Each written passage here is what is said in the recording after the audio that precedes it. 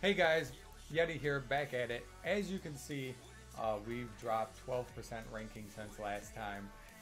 Oops. But we're still facing some guys that are pretty high up there. As you can see, Rodimus is 764, so we have a pretty good match in front of us. I'm playing blue-green Mass Manipulation, which is my favorite deck. It's the deck that made me fall in love with War. Before that, I was kind of feeling, that's why I was playing that Bant mid-range a lot. Until I saw this deck pop up on Reddit, and I've been playing it since the day it came up. Most of the season, nobody was playing it. I'm sure a lot of you have faced the Mass Manipulation now or are playing it. It's quite popular. Where decks are actually sideboarding against it now, things specifically for it. So this is where most of my experience in War comes from, is this Mass Manipulation deck. It's where I feel the most confident. Rodimus is playing White Weenie today. I'm not sure if it's the standard variant. A lot of the cards are the same, but there are some cards in there that you'll see me mouse over that I wasn't quite used to seeing. One of the problems we have with White Weenie is this deck goes so wide and it gets there so fast that our Mass Manipulations don't mean anything. We can't get enough cards on the board to take control back. So he does have a favorable matchup. And with our Entrancing Melodies, there's never really a great thing to steal. So he definitely has the advantage. He's just keeping my dorks down. As long as you can keep Mass Manipulation from ramping, you can typically pull out the win. I'm one of the better late game decks, so you want to try and get me in the early game and mid game. So the longer you can keep me from ramping, the longer you can keep my Nissa from coming out, which is really what holds me through. Gets those big Krasises out. Allows me to Mass Manipulate your whole board. So keeping those dorks down is one of the things you want to do. So he's just swinging in. At this point, the game's not looking too good. I have a Frilled Mystic. It's not really going to stop anything. He only has one card in his hand, so I go for the Nissa just to start getting bodies out. That 3/3 can protect against a lot of what he has. So until next turn he's going to get +2/+1 to his tokens, and there'll be 4/3s. I won't be able to stop those. And as you can see, I don't have enough land or dorks to really sacrifice much. So at this point, the game's pretty much over. He has so much on the board, I can't do anything. Especially once he convokes, there's nothing I can do to come back. And I just draw another Nissa off the top. And then I just concede. So, the sideboard plan.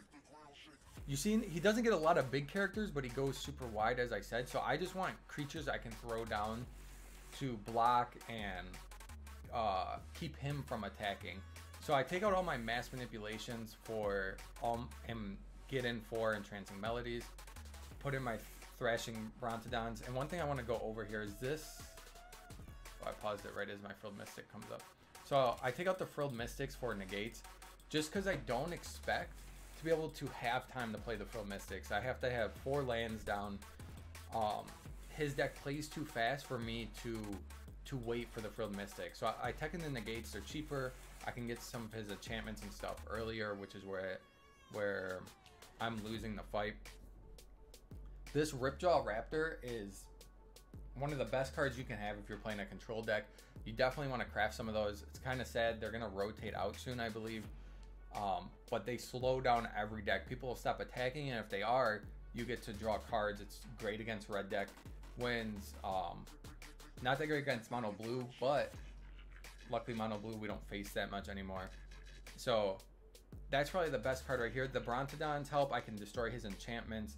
They're cheap, 3/4 bodies. Most of his guys are below 4 power, so he's definitely going to slow the game down. The only thing I was considering here is keeping a Mass Manipulation in just in case we go late. But my plan is to just beat him in the mid game. Get to the mid game, get out some big Krasis. He doesn't have many flyers. I can heal up and take him out that way. So that's the plan we're going for. And we'll see how it goes. So interesting statistic though. Most the time you want to go first. everybody has a higher win rate going first. You can play proactively, you don't have to play reactively, especially in this Planeswalker meta. It's nicer to get your Planeswalker down first before your opponent. My win rate, on the other hand, though, is something like 30% win rate going first and 70% win rate going second. Not entirely sure why I do so much better going second and playing on the draw, but that's just what it is. So I'm a big fan of this hand. I have my 2 lands. I have a Dork, 2 Thrashing Brontodons, and a Nissa and a Krasis. So this is a great hand for me to start and kind of stall them out. I draw another land off the top, which is exactly what I want. Get my Paradise Druid out.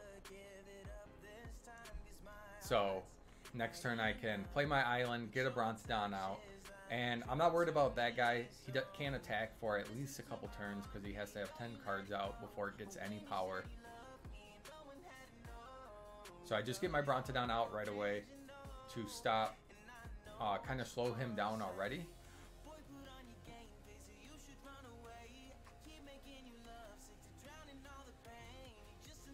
He brings out his bodyguard. I'm not worried about it. That Brontodon can block everything he has out right now, which is great for me. That allows me to start setting up for my Krasis. So this kind of sucks because he does Convoke and he gets a 4/4 out. Brontodon can't do much against that. So also, if you want this deck list, it will be down below. It's a ton of fun. I definitely recommend trying it. The guy who created it updates it on MTG Goldfish all the time. If you want to play his variant, his changes more than mine does. He was Mythic for like 5 days, or #1 Mythic with this deck for 5 days. That was a couple weeks ago. It was a different variation, but it's a really fun deck. So he steals my Dork here and just exiles it. I'm not too worried. I have enough lands out at this point and enough blockers. So here I was thinking if I wanted to block his Elephant, which I do go for because I know even though I'll lose one of my Brontodons, I can block the rest of everything he has out. So if he wants to swing in every turn, he's going to be losing his strongest guy. Kind of sucks I draw my Entrancing Melody right after that, though, because it would have been nice to steal that. That is one of his things that I do want to steal. Everything else in the deck just feels kind of to steal. So I get my Nissa out to start creating those blockers. And now that Nissa's out, I can get my Krasis out next turn and get a big one out that really puts him in a hard spot.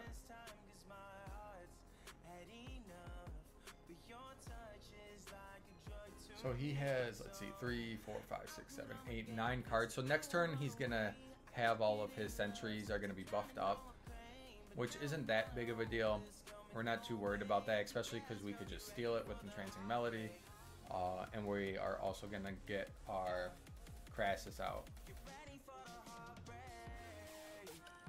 So one thing you do want to do with Krasis, so when you have your Nissa out, is tap your land, use your Nissa power to untap and create a creature, and that way you can re-tap it. So you get 4 mana instead of 2. And that just gives you an extra draw. So yeah, you see I tap it, use my Nissa +1 to pull it out, and I have my 2 floating mana that I can use.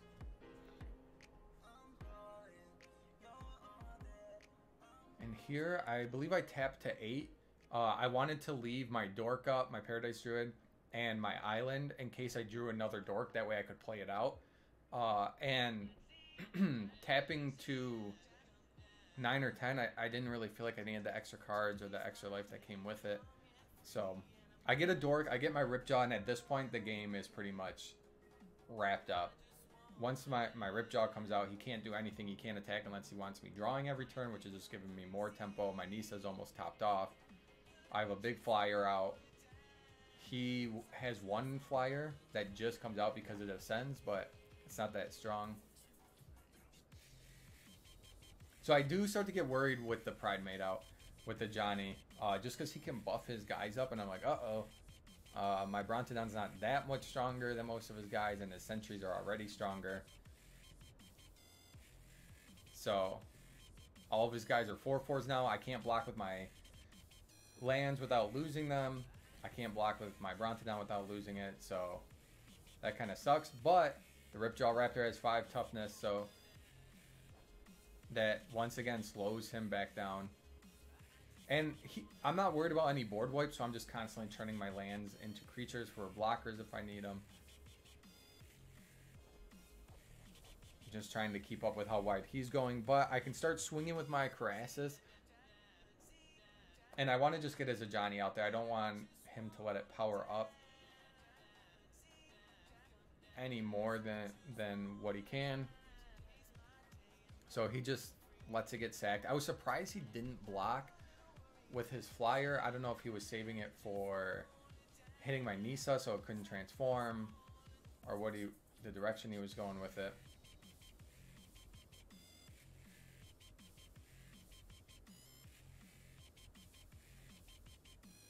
So I'm trying to decide if I want to take his flyer here to protect the Nissa, or float the Negate in case he tries to exile something. I do end up just floating the Negate because I don't want him to exile my Krasis or my Nissa, and he just concedes. I would assume he probably just drew a land off the top, and at that point I just had too much tempo. So I really liked what we did there with the Brontodons. The Raptors came into play. The one thing I forgot to mention, I did take out the Growth Spirals because they play too slow. I want every card I draw to be able to be played right then. So I take those out a lot in the more aggro matchups.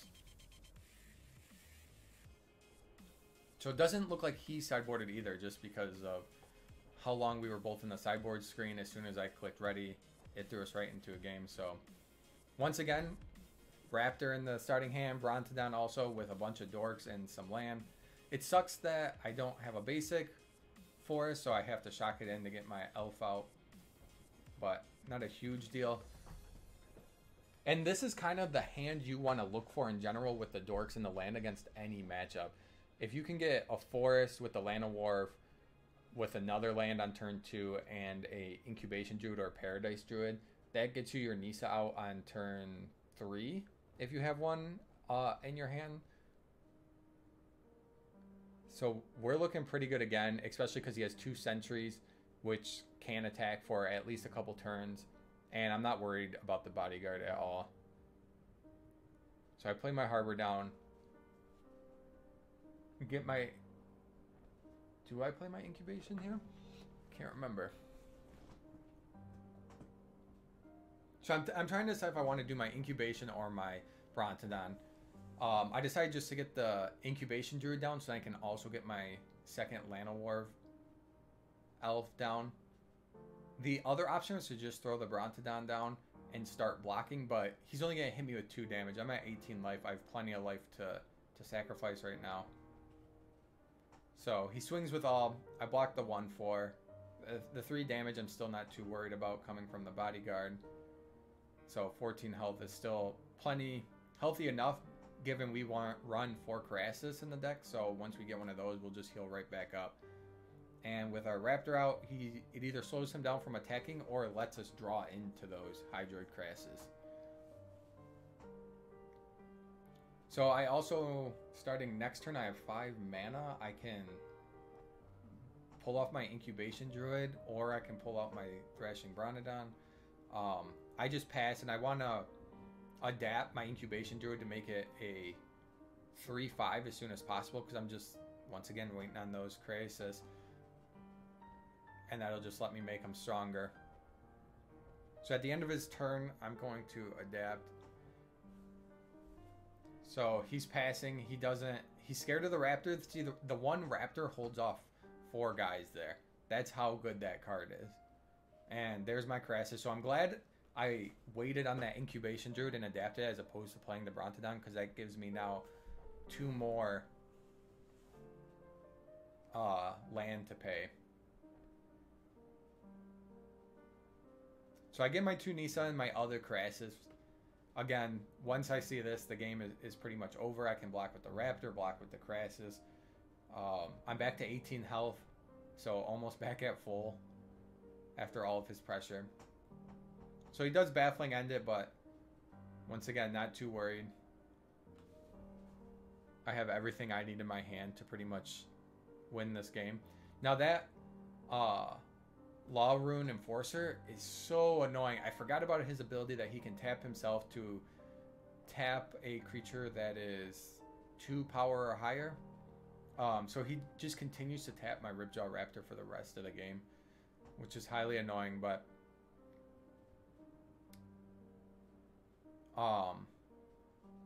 so I see that I can block every creature he has. Like, I'm just as wide as him, and here I'm just trying to decide what land do I want to do. A lot of times I'll do the check lands, which is that the land that I didn't tap, the blue-green one. And that's just because if I lose it, it's not as big a deal. I hate losing forests because with Nissa's passive, each forest counts as 2 forests instead of 1, where with that check land, if you tap it as a green, it only counts as 1.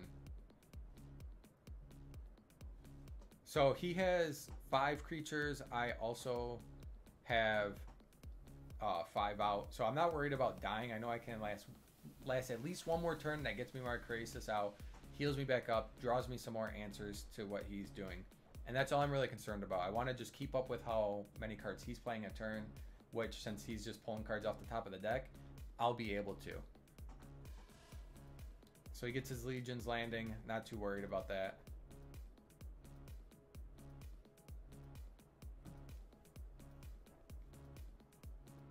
Taps my Raptor. As I said, that's pretty much the story of this game. Is the Raptor is just forever tapped for the rest of this game. So, but he swings in here, and then I just start sacrificing my dorks. I don't really need them anymore. I have enough lands out that I can get rid of my Llanowar Elves. So he only swings in with 2 because he was afraid about losing his Marshal that gives everything +1/+1. And if he would have done that, I would have blocked the Marshal with the Brontodon and then just blocked the 2 sentries with my Llanowar Elf. So either way, I was safe. So there's that mechanic again where I was telling you, make sure to tap your land, use your Nissa power up to untap it, and then if you need to, you can re-tap it for your Krasis. So I'm pretty sure I don't tap out here because I want to keep a wide board. So I'm trying to figure out what's the lowest I can tap and make my Krasis worth it. So I'm manually tapping here just because it was easier to count this way. So I'm up to 8 right now, so that'll give me a 6/6 Krasis. That will give me a... I'm at 9, so yeah, that gives me a 7 Krasis.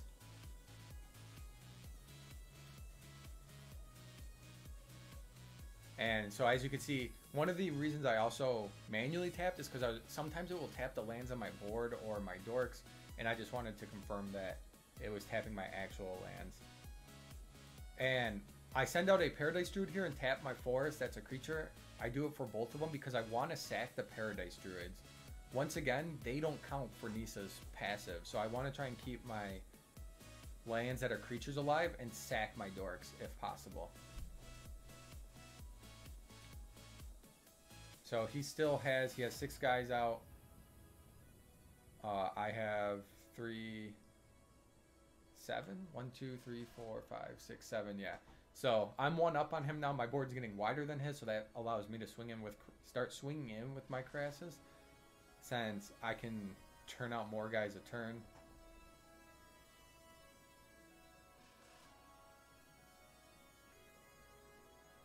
He just passes. He knows he can't do anything, and the game's pretty much over at this point, especially once I adapt my Incubation Druid. That just gives me another guy he can't get through.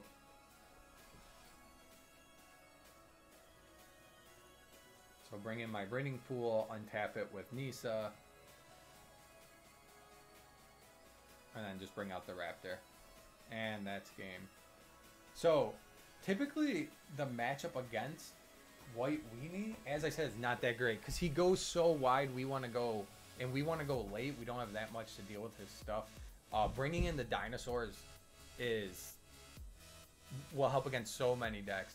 If you're running this deck, I definitely recommend crafting those dinosaurs if you don't have them. Getting them in your sideboard because they will slow down the game enough. As you can see, we didn't even need mass manipulation. I don't think we used an entrancing melody at all. We just won off Nissa and Krasis, which just speaks to like the power of Nissa in this set. So you can find this deck list down below. I'll share it. It's a ton of fun. And as you can see, it can stand up against control decks. I'll post a video later in the week about it beating control decks, but it also does well against early game decks. It's super well rounded. This is one of the hardest matchups, but still easily winnable. So catch you guys on the next one.